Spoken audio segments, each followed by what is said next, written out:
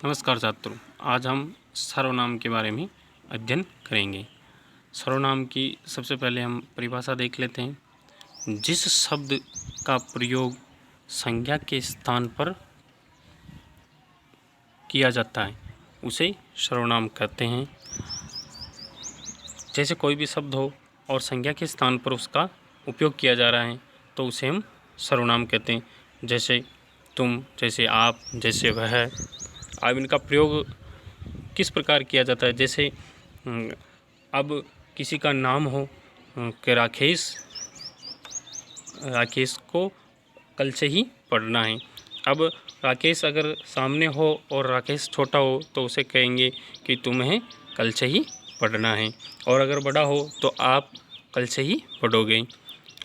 और अगर किसी दूसरे के बारे में कह रहे हैं कि जैसे राकेश मोहन को भी पढ़ना है और राकेश और मोहन एक साथ रहते हैं तो भाई राकेश वह भी पढ़ेगा जो तेरे को भी पढ़ना है।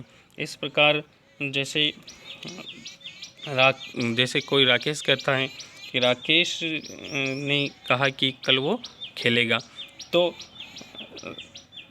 वह जो प्रयोग हुआ है इसमें, जैसे राकेश ने कहा कि कल वह पढ़ेगा।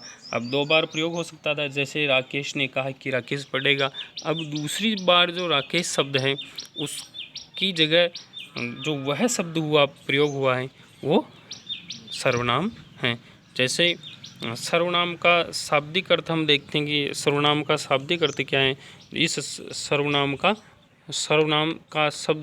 सर्वनाम शब्द का अर्थ, इसे 2 बार लिख दिया, इसको ये गलत है। सर्वनाम शब्द का अर्थ सबका नाम, अर्थात सभी के नाम की जगह पर इसका प्रयोग किया जा सकता है। जैसे सर्वनाम के कुल प्रकार अपने 6 होते हैं, जिसमें पहला जो प्रकार है वो है पुरुषवाचक सर्वनाम। जो पुरुषवाचक सर्वनाम भी 3 प्रकार के होते हैं, जैसे उत्तम पुरुष है, मध्यम पुरुष है और अन्य पुरुष है। उत्तम पुरुष वह होता है जो स्वयं बोल रहा है और यह लिख रहा है। बोलने वाला या लिखने वाला जो होता है वो उत्तम पुरुष होता है। सुनने वाला और पढ़ने वाला ये मध्यम पुरुष होता है, और जिसके बारे में चर्चा की जा रही है वो अन्य पुरुष होता है। उत्तम पुरुष में जैसे उदाहरण है मैं, मेरा, हम, हमारा। और मध्यम पुरुष जो कि सुनने वाला है उसमें उदाहरण तुम, तेरा, तुम और तुम्हारा। और जिसके बारे में बात की जा रही है उसको कहेंगे वह, उसका, उसकी। अब जैसे एक ही वाक्य में इसका प्रयोग कोई करना चाहे तो कि मैं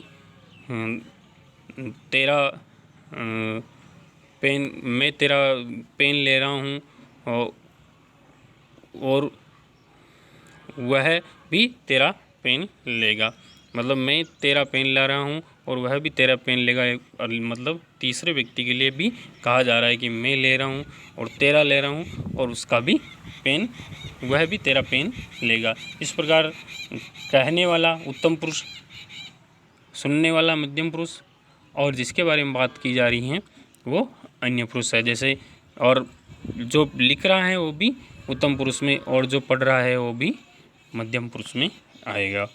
अब दूसरा निश्चयवाचक सर्वनाम। निश्चयवाचक सर्वनाम जो किसी निश्चित व्यक्ति या वस्तु के नाम के लिए प्रयोग होता है। निश्चयवाचक सर्वनाम जो किसी निश्चित व्यक्ति और वस्तु के लिए प्रयोग होता है, जिसका कहने वाले को पूरा पता हो कि भी ये वही व्यक्ति या वस्तु है, तो उसे हम निश्चयवाचक सर्वनाम कहते हैं। कि ये उसमें यह है, ये, वे, इन्होंने, उन्हें, उन्होंने।